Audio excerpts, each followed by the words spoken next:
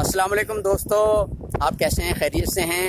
آج ماہ رمضان کا 22واں روزہ ہے اور اس وقت تقریباً 10-11 بج رہے ہیں دن کے۔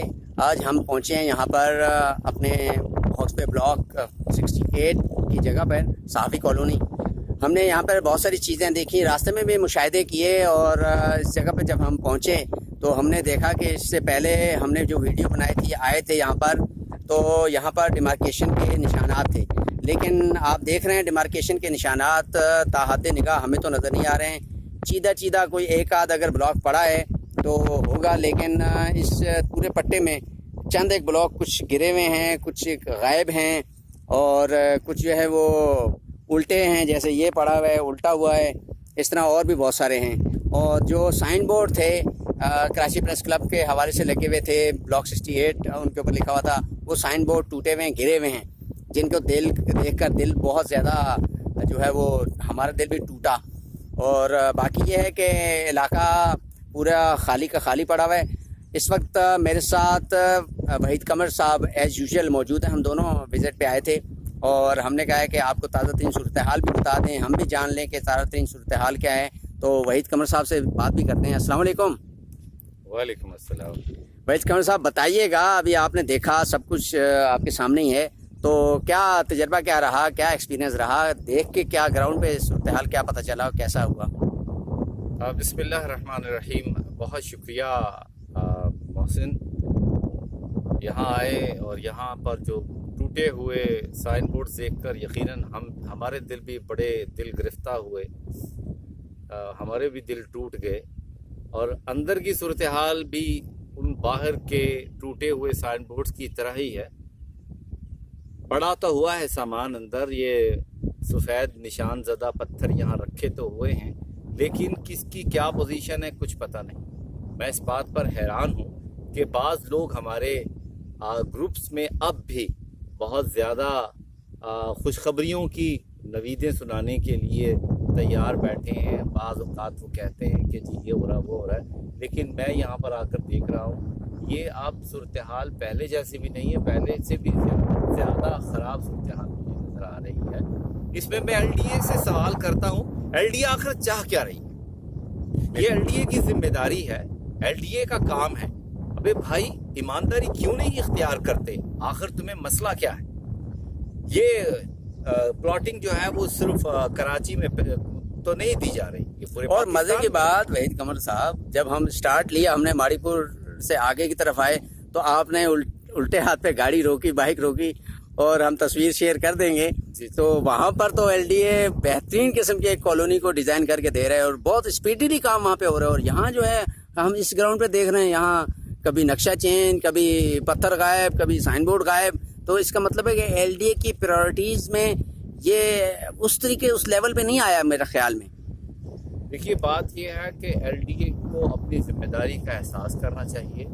اب ایل ڈی اے اس معاملے کو غیر سنجیدگی سے کیوں لے رہی ہے یا کیوں نظر انداز کر رہی ہے، یا تو یہ ہے کہ ایل ڈی اے کے کیا اس میں عزائم ہیں، اس کو واضح ہونا چاہیے، اور اس حوالے سے ایک اعلیٰ سطحی کمیٹی بننی چاہیے جس میں ایل ڈی اے کو باقاعدہ طور پر کھنگالا جائے، اس کو چیک کیا جائے، اور پھر اس سے پوچھا جائے، باز پرس کی جائے کہ بتائیے اس کے پیچھے جو پس پردہ حقائق ہیں وہ کیا ہے۔ ہاں، پچھلی گورنمنٹ میں ایک کمیٹی بنی تھی جی، اب پتہ نہیں کہ وہ کنٹینیو ہے یا نہیں ہے۔ وہ کمیٹی تھی، اس میں سیکرٹری صاحب تھے اور میرے صدر صاحب بھی تھے اور ایل ڈی اے کے نمائندے تھے، لیکن اب وہ ریکنسٹیٹیوٹ ہونی چاہیے۔ اگر وہ ختم ہو گئی ہے تو اگر وہ ہے تو اس کا اجلاس ایٹ لیسٹ ہو، اور خود کراچی پریس کلب کی جو پلاٹ کمیٹی ہے اسے بھی کنسرن ظاہر کرنا چاہیے اپنا، اس میں ممبران کو آن بورڈ لے کر اسے کنسرن ظاہر کرنا چاہیے کہ بھائی یہ کیسے ہو گیا۔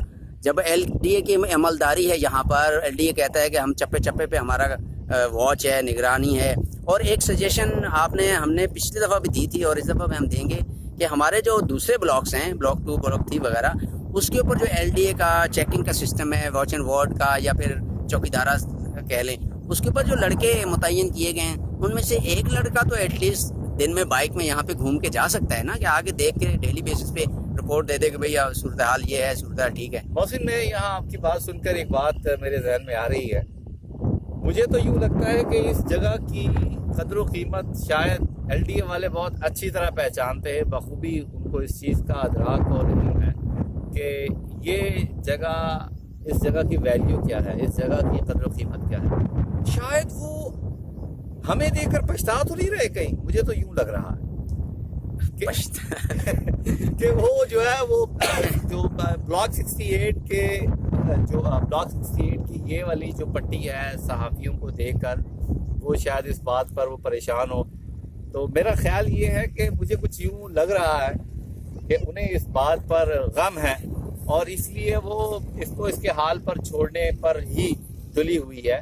دیکھ لیجئے یہ اگر آپ یہ تھوڑا سا ویو دکھائیں کہ یہ تو آہستہ آہستہ دوبارہ سے جنگل بنتا جا رہا ہے. جو اتنا خرچہ اس پر کیا تھا، اتنا پیسہ اس پر لگا کر یقیناً انہوں نے صفائی کی ہوگی، اب یہ دوبارہ اسی حالت میں واپس آتا چلا جا رہا ہے.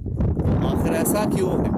ایسا کیوں؟ بالکل، جب زمین اوارڈ ہو چکی، سب کچھ ہو چکا، تو اس کی ڈیولپمنٹ کا پیسہ کہاں ہے؟ ڈیولپمنٹ کا پیسہ اس کے اوپر لگنا چاہیے نا. اس کے لیے ڈیولپمنٹ، اب بلاک اسکیم 42 کے لیے کتنے پیسے رکھے گئے تھے؟ اچھے خاصے پیسے تھے، میرا خیال ہے 42 کروڑ سے زیادہ تھا ڈیولپمنٹ، 44 کروڑ روپیہ ڈیولپمنٹ کا تھا. تو بھائی اس میں سے کچھ کروڑ کر لیں، اس ہمارے بلاک 68 کے لیے بھی تو ہونا چاہیے نا، مختص ہونا چاہیے یا اس کے لیے. اچھا، اس کی ڈیولپمنٹ جس طریقے سے ہم دیکھ رہے ہیں، دوبارہ جھاڑیاں دوبارہ اسی حالت میں آ رہا ہے، تو ڈیولپمنٹ تو دور کی بات، اس کی تو جو ایگزسٹنس پوزیشن ہے اس کو بھی ہم کھوتے جا رہے ہیں. تو اگر پلاٹ فرض کیا اس وقت ہم کسی کو الاٹمنٹ دے بھی رہے ہیں یا اس کو جو ہے وہ پوزیشن دینے کے اس میں ہیں، لیکن پوزیشن لے کر وہ ادھر کہاں جھونپڑی بنائے گا، راستہ سے کہاں سے ملے گا، نہ پانی کی لائن، نہ گٹر کی لائن، نہ کوئی سڑک.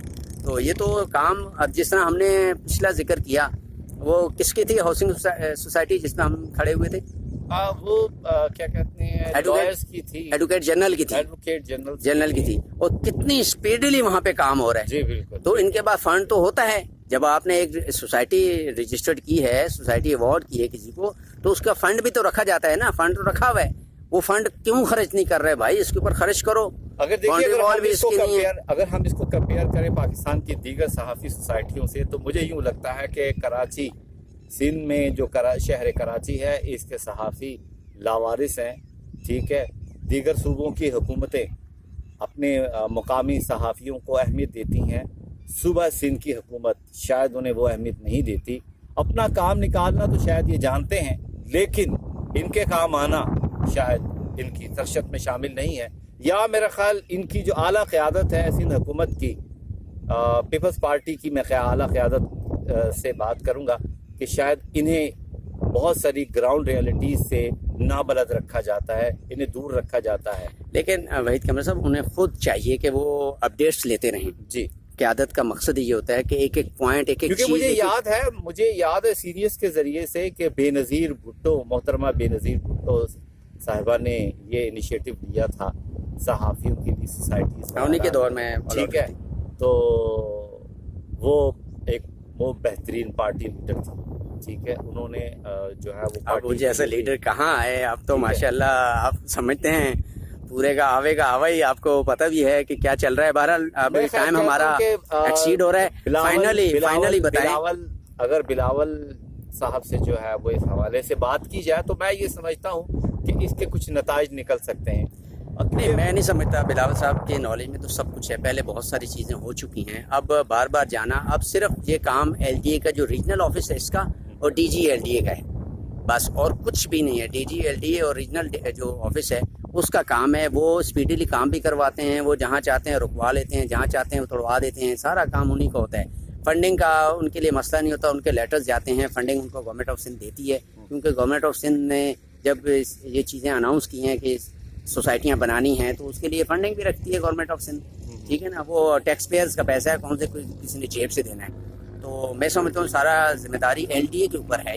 یہ ایل ڈی اے جو ہے وہ اگر سنجیدہ ہو تو یہ ہماری باؤنڈری وال ایک ہفتے کے اندر باؤنڈری وال لگ سکتی ہے، ایک ہفتے کے اندر اس کے اندر روڈیں بن سکتی ہیں، ایز پر نقشہ ہمیں پارکس کی کٹنگ مل سکتی ہے، ایز پر نقشہ ہمیں یہاں پر ساری چیزیں مل سکتی ہیں. لیکن ہم دیکھ رہے ہیں کہ یہاں پر جو ہے وہ معاملات پہلے سے بھی خراب کی طرف جا رہے ہیں. اچھا، ایک خوشخبری آپ نے کیا تھا، خوشخبری معذرت کے ساتھ خوشخبری سمجھ لیں کہ سیکرٹری صاحب سے میری بات ہوئی تھی تو انہوں انہوں نے کہا تھا کہ ہم بہت جلد جو ہے یا تو افطار کا کوئی پروگرام یہاں پہ رکھنے جا رہے ہیں، اسی جگہ پر آ کر سارے صحافی مل کے بیٹھ کے افطار کر لیں، یا کوئی اس ٹائپ کا چھوٹا موٹا ایک پروگرام رکھنے جا رہے ہیں تاکہ اس کی جو ہے ہائی لائٹ کیا جائے اس سوسائٹی کو اور اس ایشو کو۔ اگر یہ ہو تو بہت اچھا ہے۔ ویسے میں آپ کو یہ بتاتا چلوں کہ میرا خیال یہ ہے کہ جب تک بجٹ نہیں آ جاتا ایٹ لیسٹ اس جگہ کی بھرپور طریقے سے حفاظت ہونی چاہیے۔ ٹھیک ہے، ٹھیک ہے۔ اچھا اس کے علاوہ بجٹ جو ہے وہ اس کے جتنے بھی ترقیاتی جو فنڈز ہیں وہ بجٹ میں اپروو ہوں گے۔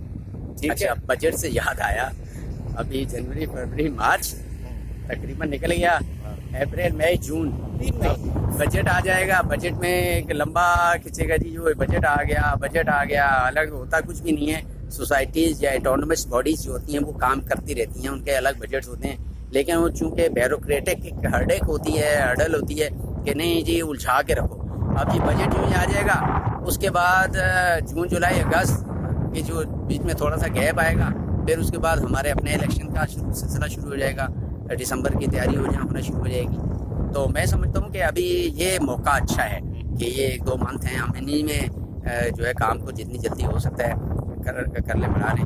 اس کے ساتھ ہی ہمیں اجازت دیں، ٹائم چونکہ بہت زیادہ ہو گیا ہے، صورتحال آپ کے سامنے ہے، ہم نے آپ کو سب کچھ بتا دیا کہ سائن بورڈ گرے ہوئے ہیں اور جہاں پہ بلاگس ہوتے تھے ان کے پاس ہم نے کھڑے ہو کے تصویریں بنائی تھی، وہ بھی شیئر کیا تھا، لیکن وہ بھی نہیں ہے۔ ابھی اس وقت کس طرف جا رہی ہے پلاٹس کی صورتحال یا کیا، آنے والی ویڈیو میں ہم آپ کو اپڈیٹ کریں گے، لیکن ابھی تک یہ صورتحال ہے جو گراؤنڈ پہ ہم نے آپ کو دکھایا اور آ کے ہم نے خود دیکھا۔ السلام علیکم۔